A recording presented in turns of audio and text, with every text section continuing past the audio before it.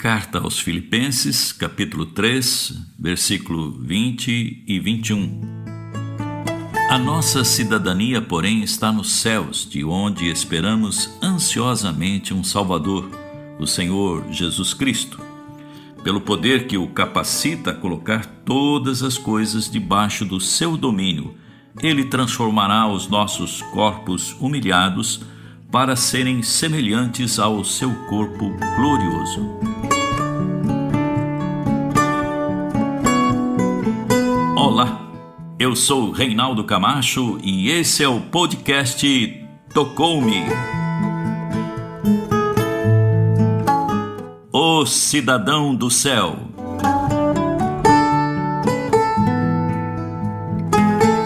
Recentemente, as autoridades mundiais têm se manifestado com enorme preocupação em relação ao processo migratório.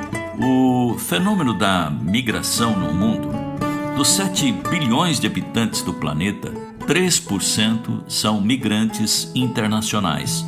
É uma triste realidade que afeta crianças, jovens, velhos, famílias inteiras que migram de uma região para outra, de um país para o outro. O principal motivo para esses fluxos migratórios internacionais é o econômico. A pobreza, a miséria, a fome e ainda os desastres ambientais, as guerras, as perseguições políticas e religiosas, étnicas ou culturais. Aqui no Brasil, o fenômeno é notado através do fluxo constante de nossos irmãos bolivianos, haitianos, venezuelanos, que deixam suas famílias e migram para o nosso país na expectativa de ter aqui uma vida melhor. Mas os principais destinos da migração no mundo são os países industrializados, os chamados países do primeiro mundo, Estados Unidos, Canadá, Japão, Austrália e as nações da União Europeia. Os Estados Unidos é o país que possui o maior número de imigrantes. De acordo com estimativas, o número de imigrantes legais e ilegais que vivem nos Estados Unidos é de aproximadamente 39 milhões de pessoas, o que corresponde em números à população do Canadá. Há 2 tipos de migrantes, os legais e os ilegais.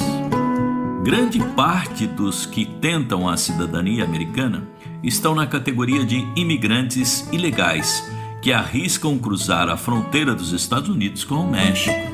Os filmes e seriados americanos retratam bem as histórias de latinos que buscam ilegalmente migrar. Eles arriscam a sua própria vida pagando grande quantia, $20 mil, para que agentes facilitadores, chamados de coiotes, os ajudem a atravessar a fronteira. Os imigrantes chamados de legais ou legalizados. As exigências para a imigração legal nos Estados Unidos são rígidas e inacessíveis para a maioria das pessoas que desejam realizá-la. Entre as exigências estão, primeiro, a existência de parentesco direto com o cidadão norte-americano. A segunda, alta especialização em uma área profissional ou acadêmica. Terceira, ser um investidor de grande quantia, em torno de $500 mil a $1 milhão.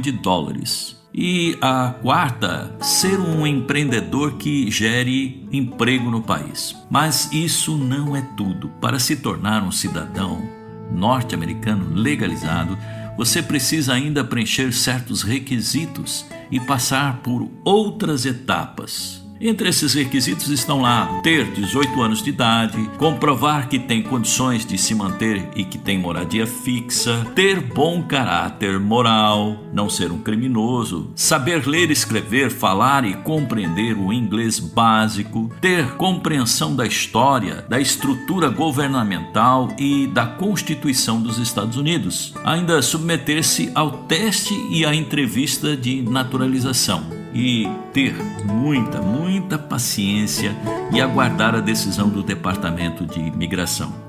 Obter um visto ou um green card pode custar algo em torno de $1.250 a $6.500. E esse processo todo pode levar tempo, algo como meses ou até mesmo anos. Aí, então, você estará pronto para dar o passo final, fazer o juramento. Fazer o juramento é jurar fidelidade aos Estados Unidos. Em uma cerimônia pública, jura-se sobre a bandeira norte-americana. Estima-se hoje que 1.600.000 brasileiros vivam em solo americano. É a maior colônia de brasileiros fora do Brasil. A grande maioria vivem de forma ilegal, trabalham em empregos de baixa remuneração, porém com ganhos superiores aos salários pagos aqui no Brasil. No mês de março deste ano, o número de imigrantes tentando entrar legalmente nos Estados Unidos atingiu recordes jamais vistos. 171.000 em um único mês, 90.000 a mais em relação a janeiro, quando o presidente Joe Biden tomou posse. E segundo o governo americano, quase 19.000 eram menores de idade, desacompanhados. Sim, são pessoas que estão dispostas a tudo, dispostas a sacrifícios e não se importam de ter que enfrentar a fome, de ter que conviver com os coiotes, enfrentar lá os policiais e atravessar rios a nado.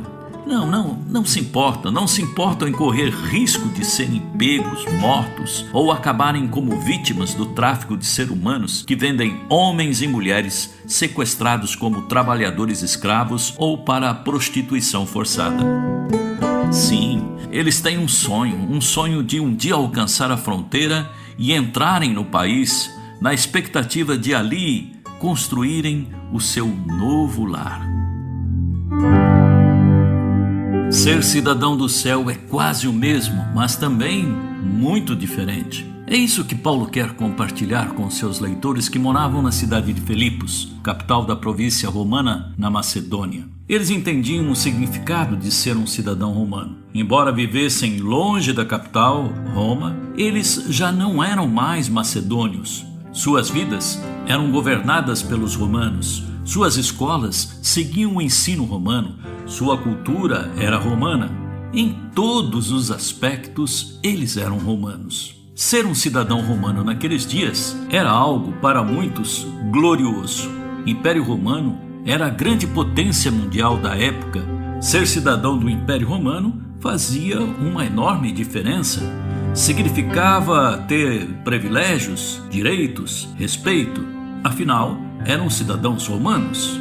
Na carta enviada aos Filipenses, Paulo estabelece um contraste com o foco terreno que alguns cristãos estavam dando em suas vidas, valorizando mais as coisas relacionadas ao império, relacionadas mais às coisas do mundo.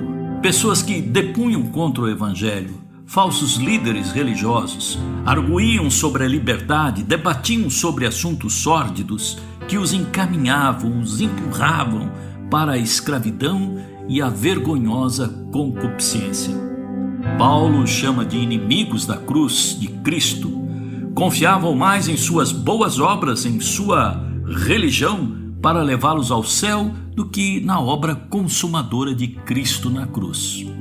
Neste sentido é que Paulo faz um alerta aos filipenses e é um alerta para os nossos dias. O alerta é: a nossa cidadania está nos céus.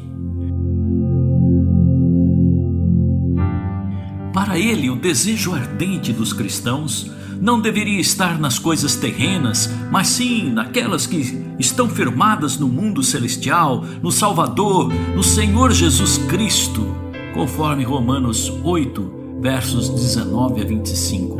Ele desejava que os filipenses tivessem uma mente espiritual e que pensassem não do ponto de vista terreno, e sim do ponto de vista celestial.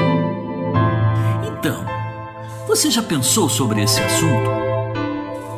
Em pesquisa divulgada pela Datafolha em 2007 sobre em que os brasileiros creem, 97% afirmaram crer totalmente em Deus. 93% creem que Jesus ressuscitou após morrer na cruz.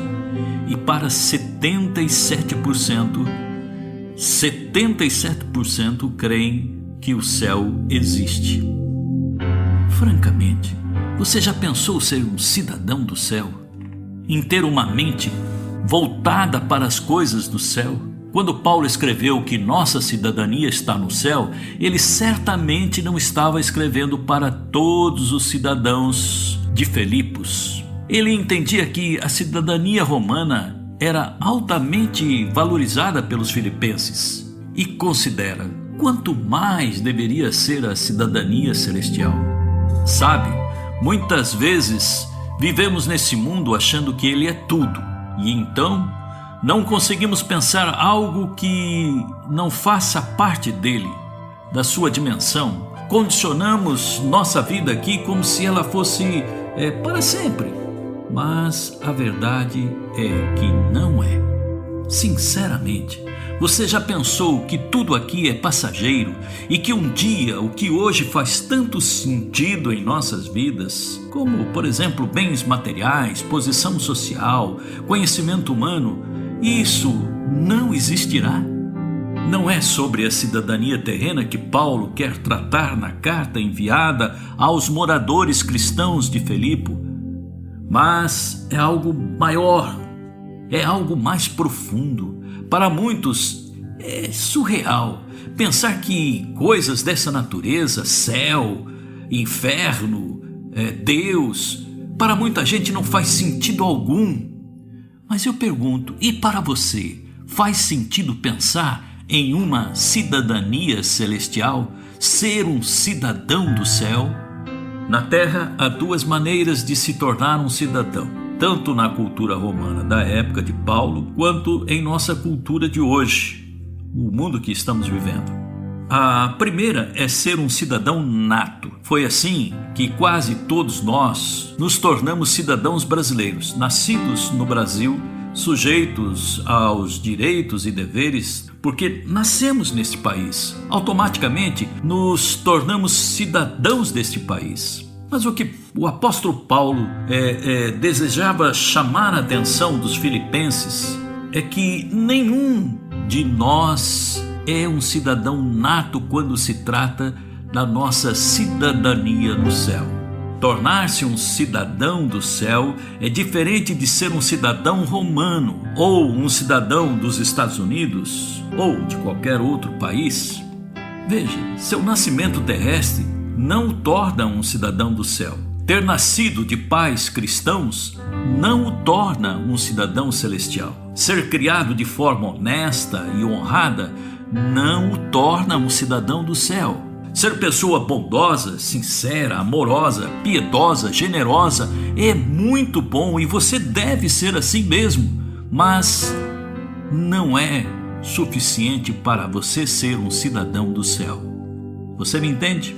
Nascer na terra significa apenas isso, ser um cidadão da terra, nada mais. Mas é também um cidadão de um mundo caído.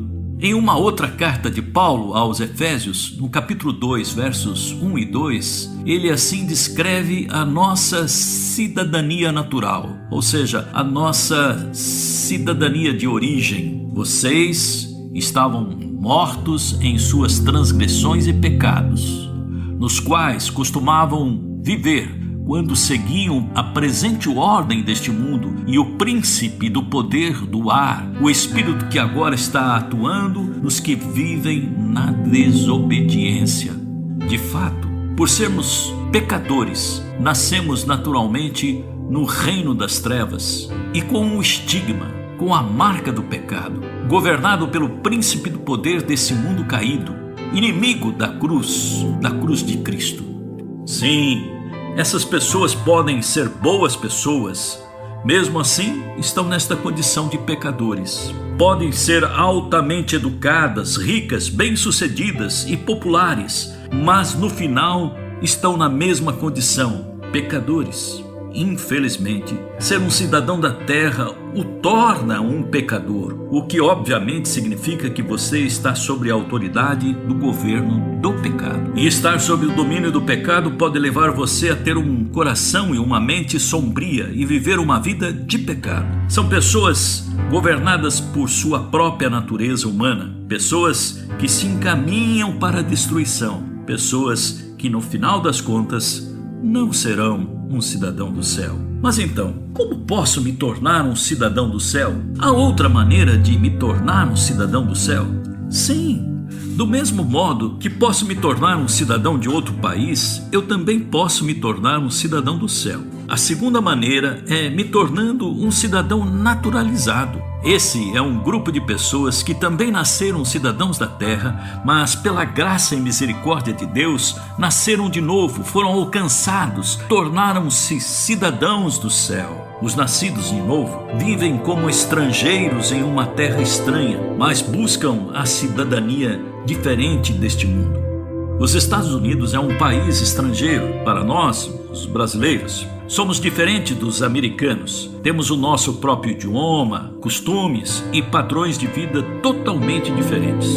Assim, é também o cidadão do céu. Ele é diferente do ambiente que o rodeia. O cidadão do céu tem um padrão, uma linguagem e costumes diferentes, apropriados.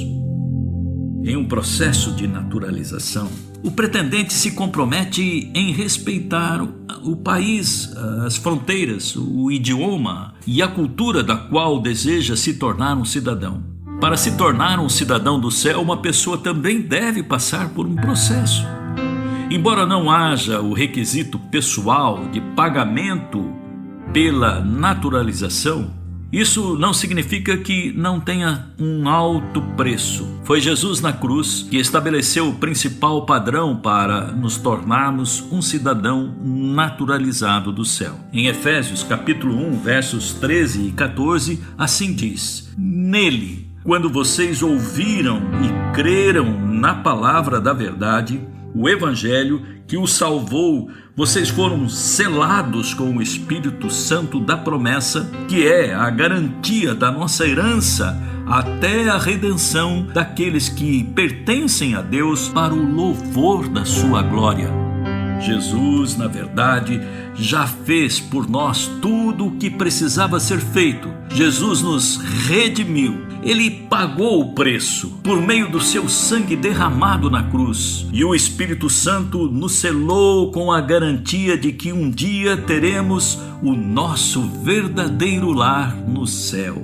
E então seremos para sempre um cidadão do céu. Aí você pode estar se perguntando: então eu não tenho que fazer nada para me tornar um cidadão do céu?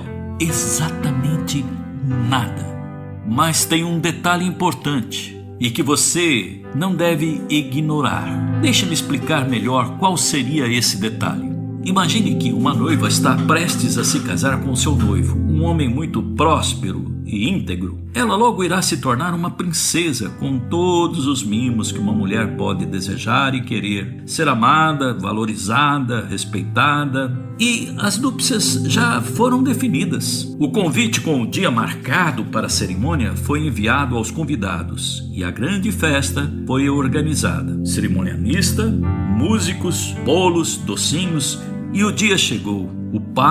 O pastor está no centro do altar. O noivo ansioso aguarda sua amada. E de repente ela, a noiva, entra bela, formosa e com o seu lindo vestido branco. E já no altar, com a igreja lotada, o clérigo faz a clássica e solene pergunta para a noiva: você aceita seu noivo como seu legítimo esposo? E alguns segundos se passam e um grande e retumbante silêncio se faz naquele ambiente.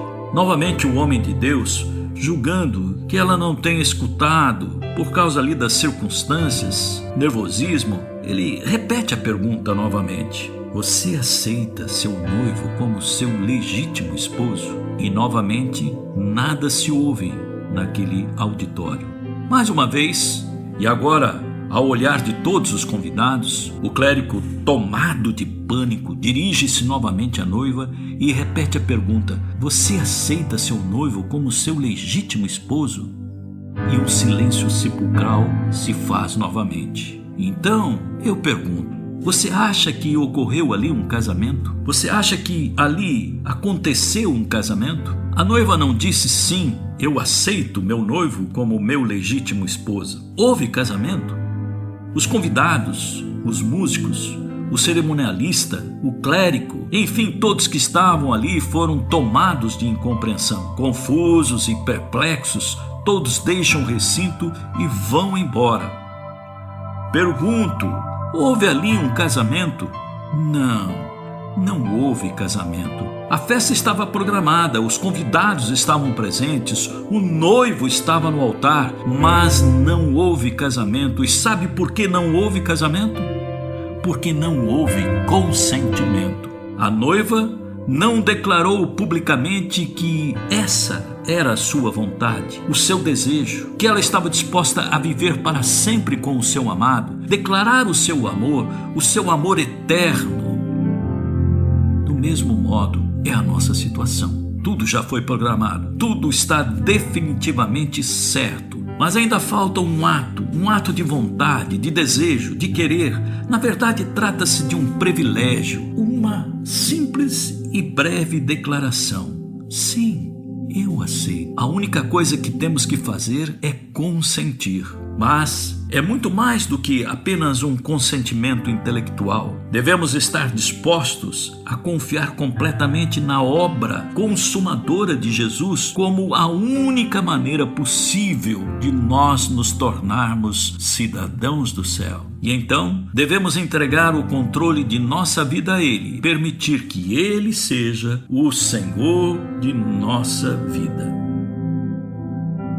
Há outras semelhanças no processo de imigração terrena que lembram nossa situação de imigrante celestial.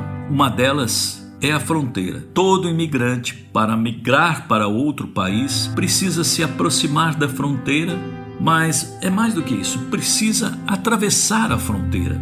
A cada dia que vivemos aqui na Terra, nos aproximamos da fronteira da morte para a vida, onde todos, sem exceção, passaremos pelo experimento da morte física. Então, para que eu alcance o outro lado da fronteira, eu tenho que estar preparado, eu tenho que desejar com todas as minhas forças estar lá, assim como nós vemos com aqueles que são migrantes aqui na Terra, que desejam estar naquele país, assim também nós devemos ter a essência desse desejo de estar no céu. Eu tenho que aprender a falar o idioma que lá se fala. 1 Coríntios capítulo 13 nos fala que esse idioma é o amor. Para ser um cidadão do céu, eu preciso conhecer e respeitar as leis, amar a Constituição do meu novo lar, conhecendo então a palavra, crer e ter fé na salvação em Cristo Jesus.